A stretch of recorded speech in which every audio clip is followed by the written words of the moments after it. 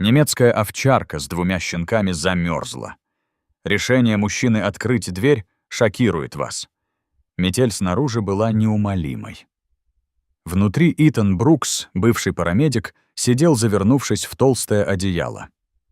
Он сделал глоток из кружки с кофе. Он привык быть один. Но что-то в этой конкретной буре казалось особенно тяжелым.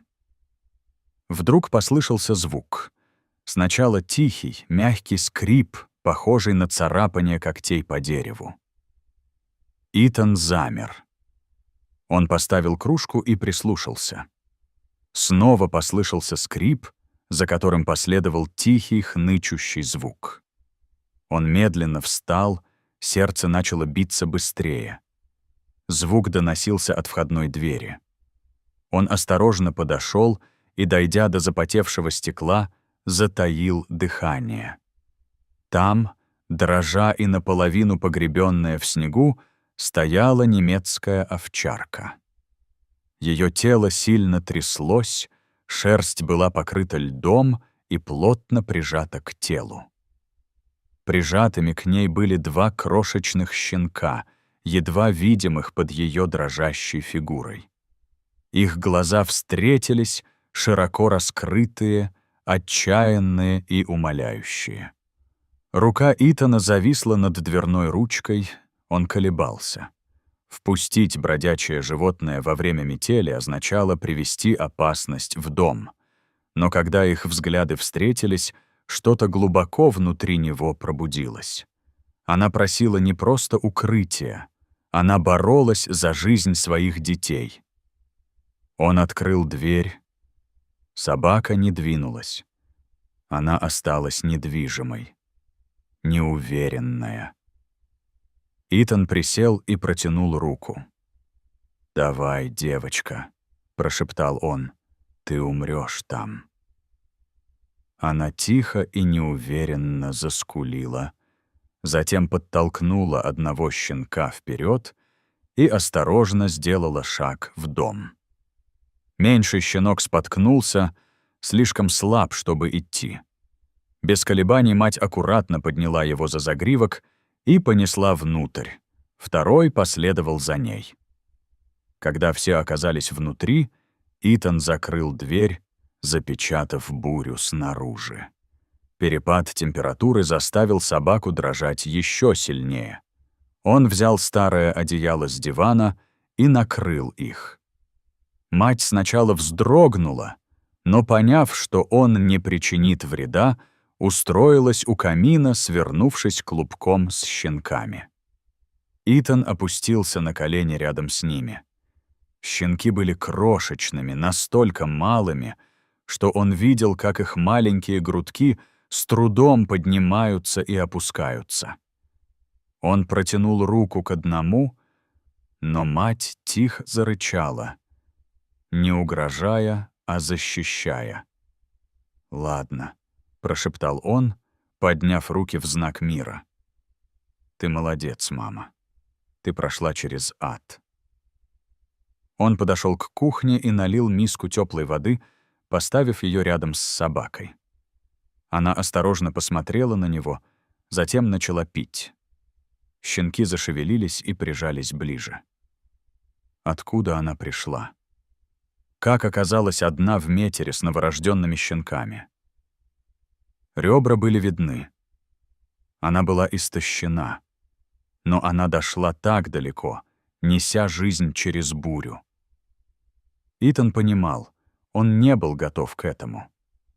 С тех пор, как умерла его жена, у него не было собаки. Его жизнь стала слишком тихой. Но теперь, глядя на эту маленькую семью, борющуюся за выживание, он знал одно — он не мог их отвергнуть. «Ты боец», — мягко сказал он, — «как и я». Итан сел в кресло, наблюдая за огнем. Он не знал, что принесет завтра, но дал себе молчаливое обещание. Теперь они в безопасности. Утро наступило мягко. Итан проснулся и сразу посмотрел в сторону камина. Собака все еще была свернута клубком с щенками. Один из них пошевелился и издал тихий писк, зевая. «Доброе утро, девочка», — тихо сказал Итан. Он потянулся и пошел на кухню разогревать остатки куриного супа. Это было не идеально, но лучше, чем ничего. Она осторожно понюхала воздух, когда он поставил миску рядом. Через несколько минут она начала есть. Итан наблюдал издалека. «Ты провела их через эту бурю», — мягко сказал он. «Ты заслуживаешь медаль». Позже утром он оценил ее состояние. Мать была сильно истощена, а щенки, хотя и хрупкие, пытались сосать молоко. Их крошечные хвостики виляли, давая Итану надежду. Он взял телефон и позвонил ближайшему ветеринару. «Привет, это Итан Брукс. У меня здесь овчарка и 2 щенка. Им нужна помощь. Серьезно». Регистратор заверил его, что смогут принять их сегодня днем. Добираться туда было нелегко. Он нашел старое одеяло и медленно подошел к собакам. Мать зарычала, когда он приблизился к щенкам. «Все в порядке», — прошептал он. «Я просто хочу помочь». В конце концов, она позволила ему поднять их и посадить в кузов грузовика. Он убедился, что им тепло и безопасно, и начал медленную, осторожную поездку в город. Ветеринар, доктор Лейси Харман, осмотрела собак с тихой тревогой. «Она истощена, но сильна», — сказала она. «Эти щенки бы не выжили без нее. Это займет время, но она поправится». Итан покачал головой. «Она просто пришла ко мне на порог. Если бы я не открыл дверь...» Доктор Хорман улыбнулась. Она выбрала правильную дверь. Домомать собак оказалась спокойнее. Щенки, уже накормленные и получившие лечение, сонно извивались рядом с ней. Впервые она позволила Итану погладить ее по голове. «Теперь ты в безопасности», — тихо сказал он. «Ты дома». В последующие дни установился новый ритм. Итан назвал мать Мира, а щенков — Коул и Близзард. Мира начала набирать силы, и Итан снова стал улыбаться. Однажды вечером, когда за окном кружились снежинки, он сидел на полу, а Мира отдыхала рядом. Коул и Близзард игриво кувыркались друг над другом. Мира посмотрела на Итана и впервые прижалась к его руке. «Ты нечто особенное», — тихо сказал он. «Ты вернула жизнь в этот дом». Однажды утром он вывел их на улицу. Снег, наконец, начал таять, открывая пятна замерзшей земли. Мира осторожно вышла, понюхала воздух, щенки шли за ней, шатаясь от волнения. Но вдруг Мира замерла. Тело напряглось, уши поднялись, глаза уставились на лес. «Что случилось?» — спросил Итан, следуя за ее взглядом. Он ничего не увидел, но Мира зарычала глубокий предупредительный звук. Итан собрал щенков и повел ее обратно в дом, заперев дверь. В ту ночь Мира оставалась настороже, ходила у окна. Итан не мог избавиться от чувства, что там кто-то или что-то было. Он сидел у окна, гладя Миру по шерсти, пока щенок спал рядом.